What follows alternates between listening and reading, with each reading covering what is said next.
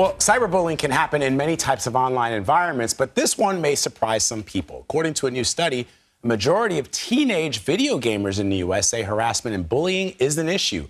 29% say it is a major problem. So for more on this, let's bring in Dr. Jacqueline Hargrove. She's an assistant professor of psychiatry at Mount Sinai. Doctor, thanks so much for joining us. I think a lot of parents would be surprised, that there is bullying in video gaming because they imagine, as my parents might, that I'm in my room and I'm playing a video game and I'm not outside, I'm not with friends, I'm not even in an environment where there are players with me in my room. Yeah. So how does this and why is this happening?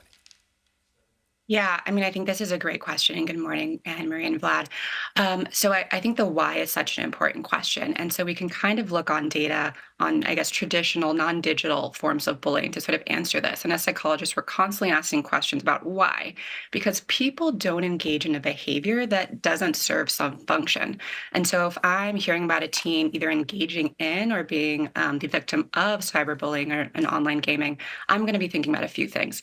I'm going to be thinking about where has this child learned or observed the behavior? I mean, when I think about video gaming, people are live streaming all the time. You're constantly seeing chats and you're seeing that behavior potentially play out in the chat before you. And so I think sometimes, particularly unfortunately, online, there can be sort of a culture where bullying is sort of sanctioned and okay because it's happening in chats. I think also the literature around bullying also highlights the role of power and control. Many types of bullying often have some sort of perceived or very real power imbalance. Either, someone with a larger social media following, maybe with someone more social clout. It could often be sometimes an older teen picking on a younger teen, maybe someone from a more marginalized identity as well. So I think we have to think about what's the function and role of power or perceived power and wanting to have control over another person. And I think the third thing to think about is when we're talking about online, that is a huge social audience. And so oftentimes people are engaging in this behavior and potentially getting responses that are reinforcing this from the online community as well. I think those are all great points. You talked about your parents thinking that you're just kind of playing video games, but video games now have these chat rooms that are going on. They don't know that. And I think about Gamergate, which was kind of like a big scandal about how women were being harassed on these gaming platforms, and it was the stuff being said, but also the way the characters interacted with them. And you don't know in the gaming world whether or not it's a 12-year-old that's playing out there, and it's 12-year-olds and 54-year-olds all in the same sort of thrown in together. In real world, they would never be thrown in together like that. So can we talk about the risks and the dangers of cyberbullying, especially when we're talking about young kids? I mean, absolutely. And of course, I'm, thinking immediately of the social, emotional, and psychological impact. I mean, you all, sort of started this in saying, parents are thinking my kids are just online, having fun, playing a game. And I think video gaming does provide a safe haven and refuge for so many kids. I mean, I work with kids and teens in my practice, and so many of them are online and enjoying the community, the worlds that they get to build. And so to have your sort of safe haven now turned into a place where you actually feel vulnerable and targeted, I think is really detrimental. So, I'm thinking about some of the increases in anxiety or depression. I think not only having that sort of safe haven in some ways sort of taken away, I mean, unfortunately, we've seen on the most extreme end, the ways that cyberbullying can even have teens thinking of self-harm or other really unhelpful and really kind of scary thoughts about themselves. And I think you mentioned sort of the difference between potentially, elements of gender, even the type of bullying sometimes is impacted by gender.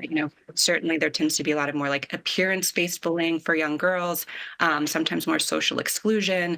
Sometimes with boys, it might be more direct teasing or more kind of verbal threats. So even the type of bullying that also is being used then has its own, impact.